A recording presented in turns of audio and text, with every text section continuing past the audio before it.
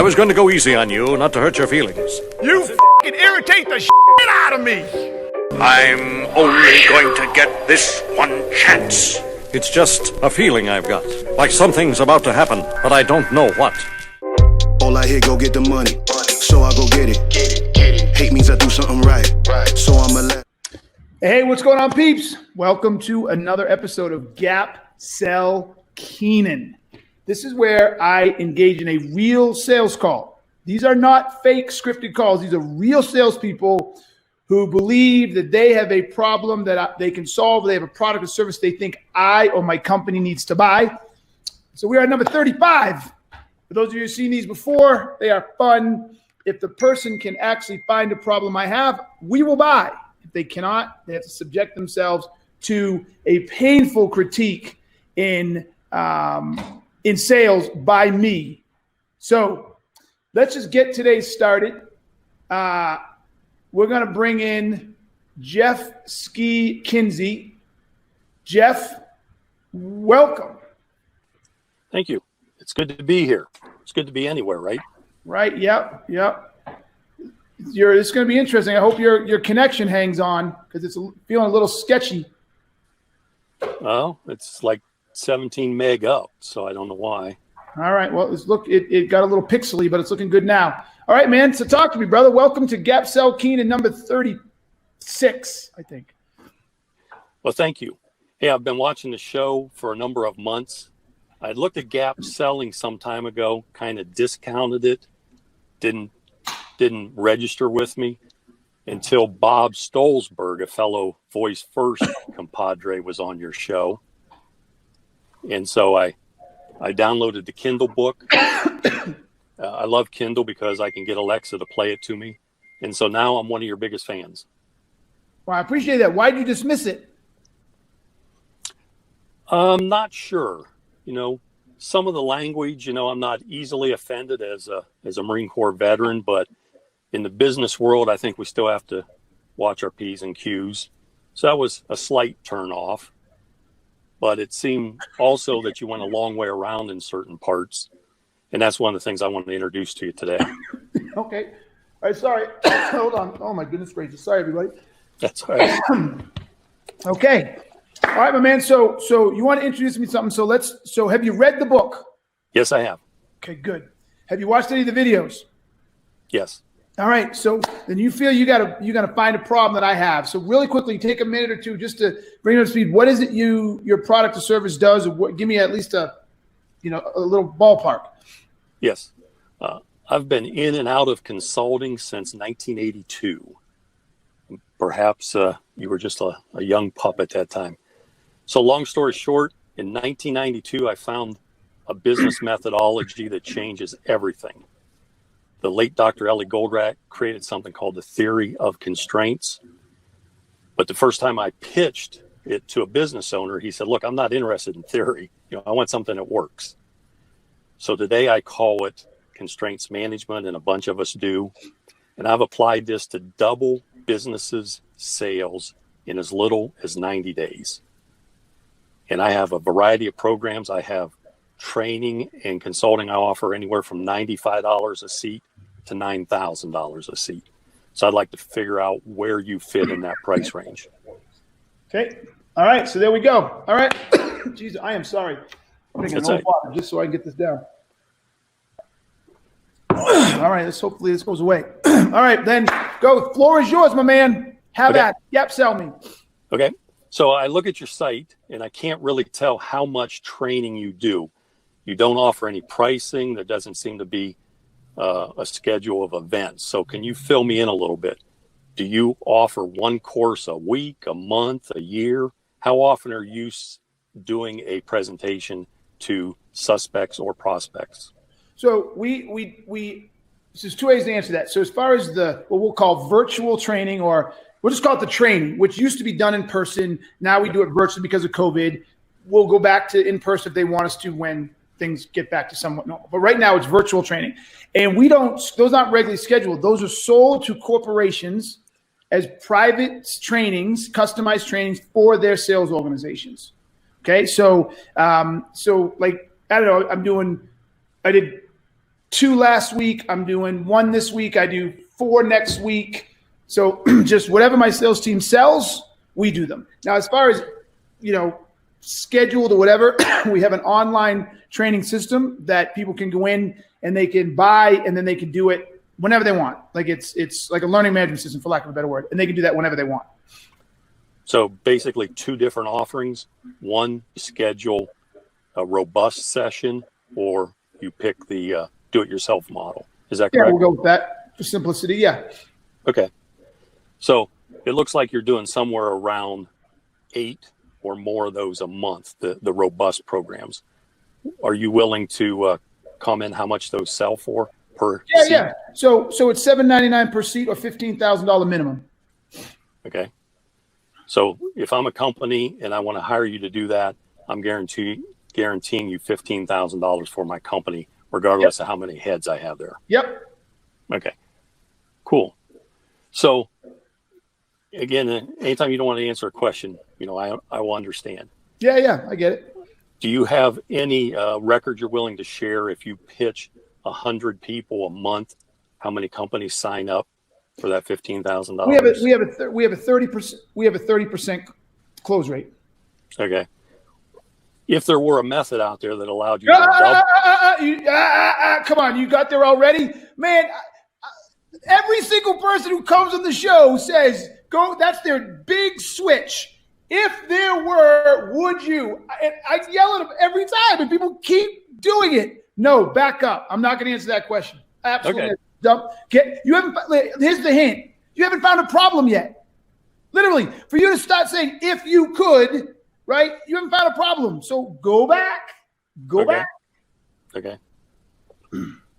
I walk in the door of many businesses, and in about 30 minutes, I've sold them on doubling their sales in the next 90 days. Good for them. You're not telling me that way. You got to find a problem. Okay. And by the way, let me help you out here. You said this before. And I'm going to tell you right now, okay? This is your biggest learning with gap selling. You may have done that with other businesses, but I can already tell you right now, you can't do it with my business. You just can't, because of the amount of time it takes to get a company to get through the sale and then to get their people scheduled and to get all that done. So you may be able to, double my business. Let's just say you can. I can tell you right now, you're not going to convince me you can do it in 30 days because of just how my sales cycle works. 90. Even in 90? No, I just know. And you know why too? Okay. But wait, I want you to listen. You're here to listen as much as you want to go. And I jumped on something, so I'm trying to help you. Yep. Even if you can't double my business, which right now I'll concede because I don't know that you can't, there are things that have to be put in place that are going to take more than 90 days. So every time you say that, every time you tell that, you lose credibility with me because I can't see how you're getting there. And it suggests to me or implies to me that you don't know my business. And so you're pushing me back rather than bringing me forward. So get into my business. Get into my business. No, that's a great point. And one of the reasons that I do that is I want to establish the fact that you cannot double your sales in 90 days without me. But let's back up. Then prove it. Prove it. Don't tell me. Show me. Yeah. Show me. Okay, let's take within the gap selling model, one of your components is root cause analysis. Yep. You ask them to elaborate on some problems. You ask us to drill down into those problems, right? Yep. Okay. Can you estimate roughly how long that takes to go through that process of exploring problems and documenting it so that you can establish what the gap is to sell them? Is that a 5-minute process? No, depending on who's doing it, right? Like, so if I'm doing it versus Rachel, my sales. No, let's pick on you. You got big shoulders. Yeah, but okay, I can get there in half hour, sometimes 15 minutes, but I don't sell very much anymore. I don't sell them. That's why I have a sales team. We're actually hiring another salesperson here soon. So I'm giving you the answer. I can do it in about a half hour, depending on how complex and how big the problem is and how large the organization is. Rachel is starting to show it takes her about 45 minutes to 2 hours. She needs 2 sessions. Brady is really good at it. She can usually do it in one session in about a half hour to 45 minutes. Ryan, who's new, I haven't seen him yet, so the jury's out. I mean, he's doing a good job, but he's just now getting the discovery piece. So, but usually, let's just say less than an hour on average. Okay. No, let's call it 40 minutes, just to pick All a right. number. Okay. So here's the problem with that approach. You are exploring a lot of possibilities. I was formally trained first in something called TQM, Total Quality Management. And they have a tool to determine the root cause analysis called Fishbone. And it takes forever. And by that I mean more than 40 minutes. Okay, Dr. Ellie Goldrack comes in and says, look, we can figure this out in just a few minutes. And the way we would do that is... Okay, stop. I let you go for a minute to see what's happening. Why are you telling me this right now? You have not you want me to explain... No, I don't want you to explain anything. Seriously, Jeff Ski, I don't want you to explain anything. And this is what salespeople do. You are so focused on you, and you're so focused on what you do, and you're so focused on what you know that it's inhibiting your ability to get to my problem. So something you did, and another guy did this in about, I don't know, 5 or 6 or 8 of these ago. Like at our age, when you think it was 3 years ago, it was 50. I think it was 2 ago, it was 12 episodes ago. But he did the same thing. He said, there's a problem with what you're doing. But you haven't got me to see the problem. You can't tell me that. Okay, if you want that's to a good point. You have to flip the script. So I tell you it takes 40 minutes. Now go from there. Okay. And I did watch that episode with that gentleman. You just did it. Yeah, you just did it. Don't do that, Jeff. Don't do that. Thank you. Okay. So let me ask you a question. Is it typical to find 1 problem, 5 problems, 10 problems? How many problems does a business typically, in 40 minutes, how many problems can you surface? That's a good question.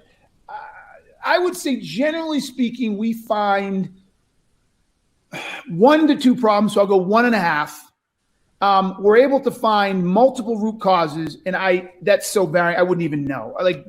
But I'd say multiple root causes, and we're able to find, because I demand it, 70% of the time, a series of impacts because of that problem that are material enough to either solve them and they agree they want to move forward and try to solve them, or to have a second call to evaluate further if it makes sense to try to solve them. So we get 70% of the time, not only to the root causes, not only to at least 1 to 2 problems, but also the size of the impact of those problems to the point they're like, you know what, we need to solve this. Okay. So what I just heard is you're spending 40 minutes when it should take 3 or 4 minutes. There is only ever one weakest link in a chain. Okay. You're finding 1 or 2, and then you're digging down in and saying multiple root causes. What you find, if I could ask you, what went wrong in your business yesterday? And we write that on a Post-it note and we stick it on the wall. And let's say we get, typically I work with C-level people. Let's get, the 7 C-level people in a room and arm them with Post-it notes. Okay, what went wrong yesterday? Write it down, stick it on the wall. What went wrong the day before? And in just a few minutes, we have a wall with 20 different problems that went wrong. Love that. So in our methodology, we then arrange. You're selling yourself. See, look, you haven't found a problem yet, and you're starting to sell yourself again. Well, I tell you, it's hard, isn't it? Gap selling's a bitch, ain't it? Dude, it's hard. I get it. You have. This is what I say to people, and I'm saying this more and more and more. You need to detach yourself from what it is you sell. You need to detach yourself from your product or service, and you need to find the problem first, where I say, you know what? That is a problem. I don't like that. That doesn't work. I'm uncomfortable with that. I don't want that to keep happening, right? Because here's what I'm saying, and I'll let you keep going, but just to help guide you a little, I think your point with the whole sticky notes is interesting, right? Here's what you got to remember. They have already made the decision to change, and they have come to the table to work with you to begin to solve the problem. When you're selling, they have not come to the conclusion they want to change yet. All they've come to the conclusion is they're going to give you 10 or 15 minutes to find out why the fuck they should even talk to you in the first place. So if you think you're going to start off by saying, what didn't work yesterday? They're going to be like, fuck you. I got to go. This is a sales call. I'm not telling you my business. So I like where you're going here, Jeff. And I do. I think you're a really smart guy. And I think there might be some things to adopt. But generally speaking, you got to put this in a selling environment, and the environments are different. They've already committed to change. I've got people who haven't even decided they've got a problem. Never mind. I want to think about changing. Excuse me. Okay, go. Sorry. Yeah, no, that's a good point. And in my whole life, I've used a 2-call close. Okay. The first one is gathering data. The second is putting the presentation together and coming back.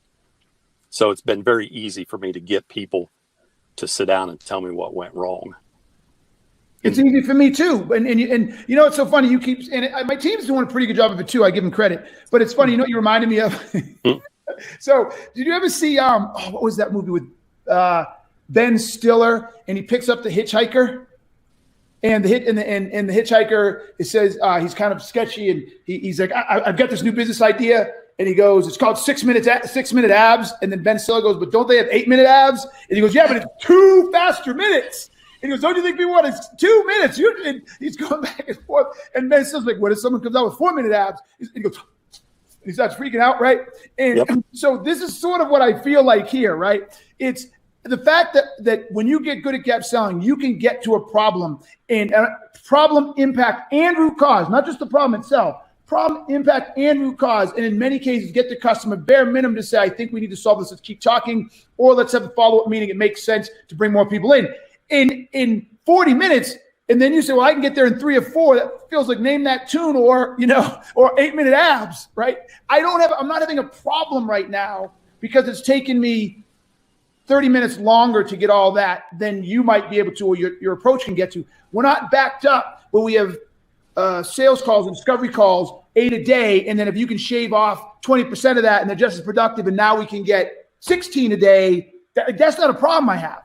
So, well, okay. I appreciate that, but I'm talking about yes. Thank you, Paul Bartolo. That's something about Mary. Thank you. By the way, my favorite movie for what I do is Moneyball. Have you ever watched Moneyball? I love Moneyball. Yes, okay. Love it. In the very beginning, the owner says, "Look, you have to be happy with the constraints I have. You have to be happy with the amount of money I have." Yep. Okay. And the kid comes in from Yale and says, there's a team out there, that we can afford. Yep. That'll get us 99 wins, 814 runs, and so many people on base. Okay? So I can take the whole qualification process. All right, do it. Jeff, let's start all over.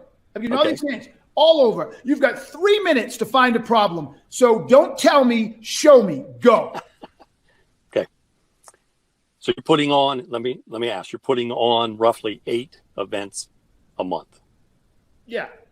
Okay. Of a big payday, 15,000 times 8. Yeah. Okay. There's a process I'd like to share with you where you could do 4 minimum a week and possibly 8 a week if you had the bandwidth. Let's draw a line in the sand, Keenan. Is your business constrained by the market, meaning you don't have enough demand, or is it constrained by your people? Do you have enough people? If you doubled your sales next month, do you have enough people to deliver that many workshops? No. Okay. So you have what we call an internal constraint. Mm-hmm. So what do you think that number is? If you're doing 8 now, could you do 12? Could you do 16 with your existing staff? No, we're peaked out. We literally just launched our Train the Trainer program, and we're bringing on 4 people in the next week to start getting their certification. So we'll have 4 trainers. If they all can pass, we'll have 4 trainers ready to go by the end of the year. Okay. Have you ever hired a trainer and they not work out? No, this is our first time. Oh, you've never hired trainers? Nope. Well, oh, you're delivering all the content today? Yep. See what happens when you ask questions and stop thinking about your fucking product? Yeah. Okay. I've literally hired hundreds of people in all roles that you can imagine. So have I. Now I'm just going to play it. I'm just going to play a tough buyer for you now. Okay, go I ahead. gave you the 3 minutes. Because remember, I gave you the 3 minutes to see if you could find a problem, and you didn't. And you spent half the time talking about what you do after I've told you 3 times to let go of what you detach. So now just keep going. But now I'm going to be that asshole buyer everybody hates, just so you can see how it works in the real world. Okay. Well, the bottom line is I'm probably too early in the process. Until you hire people that don't work out, you probably don't need help hiring people. Oh, okay. I like that. Right. Yeah, if I don't have a problem. No. So you're right. We got this whole process right now, and we're not hiring. It's interesting, too. Here, go with this. I'm going to give you a hint. You made an assumption. You said when I hire people. Yeah. Okay? I'm going to give you a hint. We're a training company, and the model isn't going to be to have full-time trainers. That's beyond a hint. But okay. Yeah, so, no. Nobody does that today. Okay. So what questions would you want to ask around that? Well, you answered it, that you haven't done it yet, so you haven't failed at it. Okay, So, but if you want to sell me in the future, don't you think you want to understand what my business model is going to be? well, I already know you to be a difficult prospect. So I'm going to sit back and watch. And, that's how I landed one role with a motorcycle company. I had reached out to them. They passed on me. A couple months go by. I call. Hey, I'm going to be in the area. I want to stop in, see what you're doing, say hello to the new plant manager. And they said, he's not here anymore. Oh, we should talk. Okay. So let me ask this question. Yeah. When you went out to see that motorcycle company, did they have a problem you could fix yes, the first time you saw them? yes. And then they passed on you. And then you went out there. I didn't meet them the first time. They had a job opening. They were looking for a plant manager. I said, I can help fill that role. They said, no, thanks. Okay. So however you define it, they said no thanks. So then Yes. you went out there a month later and you asked about the plant manager and they said he's gone. Yes. Right. And then did you get them to talk to you and then did they hire Yes. you? Okay. Yes. This is what I want you to see in this. You've told me several times, you've told me before you found an answer that you could help me get to a problem in less than 40 minutes, get there in 3 or 4 or 5 minutes, right? But here's what happened. You turned added an extra month to your own sales cycle because you were unable to get them at that time to understand your value at that time to work with you then. So you extended that sales cycle by a month because you're unable to find a problem, or better yet, get the buyer to acknowledge they had a problem that they needed to hire you for right now. You Yes. didn't do that. True. So this is what gap selling is all about. Like, this is why I'm trying to teach you and why I'm pushing so hard on you and you're doing a great job taking my shit is you are so entrenched right now in telling your stories. You're so entrenched in telling people what you've done. You're entrenched in what I call the tell economy. I will tell you, explain. If you can move into the, you don't agree? No, I disagree. I read Gap Selling. You talk about building trust. How can I build trust if you don't know what I've accomplished? Through questions. You can literally, by asking questions about the things you're an expert in, I begin to see, oh my God, this guy gets it. So think about a doctor. I've been to some doctors that ask 3 or 4 questions. They're like, I don't know. And then if they followed up with, I don't know exactly sure, take a few pills, but I've been doing this for 50 years and I've seen this and I did this and I did that. Or the doctor that asks questions, really bizarre questions like, Keenan, let me ask you this question. Have you been eating, white bread recently? Right? Have you done this? Have you found that on days when it's cloudy out, you get a headache? I'm like, where the fuck is he or she going with this? And then when they're done, they're like, what I think might be going on is, and you're like, that guy's a genius because they knew what questions to ask. Mm-hmm. Listen to me. This is the best advice I can give you, Jeff, and whether you choose to take it or not, I don't know what to tell you. And we're not that far off because 1982, I was 14. So, maybe you're 10 or 12 years older than me, max. But here's the deal, my man. Your ability to learn to ask questions around the area you're an expert in and has detailed, unique questions that go into right into the core of a problem actually sets you up for your expertise and sets you up for credibility. Because how did they know to ask that question? That is a brilliant question. My favorite thing, and I've said this 1,000 times, when I do a discovery, and I gotta actually start doing this. I'm gonna start clicking. Every time someone goes like this, hey, that's a great question. If I get one of those, I'm about 20% guaranteed I'm gonna close the deal. If I get 2 of those, it jumps like 70%. If I get 3 of those, I'm fucking closing that deal. I already know I'm closing that deal. Because they're like, this motherfucker's getting me to think of things that I'd never thought about. They're dissecting my business in a way that I wasn't looking at it. They see things that I don't see. That's how you earn credibility, Jeff. That's how. And that's why I wanted to come on the show. To what? Have me yell at you? Yeah. to see my efforts through your eyes, because I've seen you, months now. When I get, like everybody, I get an alert on LinkedIn. Hey, Keenan's live. I got to get over there, man. I got to see what's going on. So I could either pay you a lot of money for this, or I could get on the show for free. Well, see, that's the smart play. Like, some people are starting to figure it out, that they're like, look, I go on here, even if I don't sell them something, I learn something, and people now know about my product. What a lot of people understand is, I know some people have been on the show that other people have reached out to them, even though I didn't need it, other people have reached out to them. So, no, look, it was smart. You came on. I want you to watch this, though. When you get a second, I want you to watch yourself, and I want you to see how much you try to tell, right? Before you really have dissected my business. And I think one of the other reasons I'm being kind of hard on you is you should be very good at this. And maybe you are, but it's like, I'm really good with something, but in certain environments, I don't realize I'm not using what I'm good at, because you're in the business of dissecting business process and improving business returns and all that. So it should be a cakewalk for you to do this, but you're not doing it. Yeah, but it's never easy to do it for yourself. The toughest process, I think, to self-analyze is yourself. Truth. Yeah. I agree. That's good. It's a good, how do you say, lesson to learn. Yeah.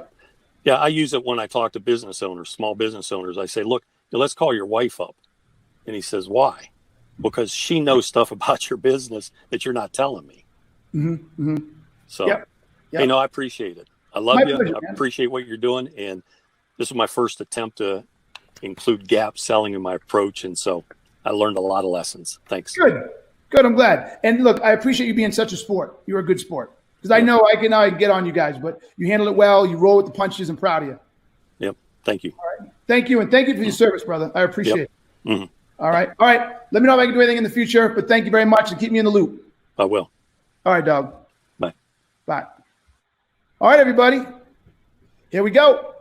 Another gap sell Keenan in the books. Jeff Ski Kinsey. I forgot to ask him why you ski. I think he's a big skier. Maybe we'll ski together one of these days. All right. I hope this was beneficial to you. Hope you learned something. I'm looking at some of the comments here. We had a lot of comments here. No ifs. Way to go, Robert Gravely. Should be nothing about your business offer until you know if he has. Yes, Robert Gravely, you're absolutely correct. There should absolutely positively be nothing about your business or your product or services until you know that I have a problem. And I don't know how many times I have to say this. For those of you who've been watching this, I do not know how many times I have to say this. Okay? Exactly. Nobody cares unless you know more about him. He's problems and challenges. Yep, nobody cares.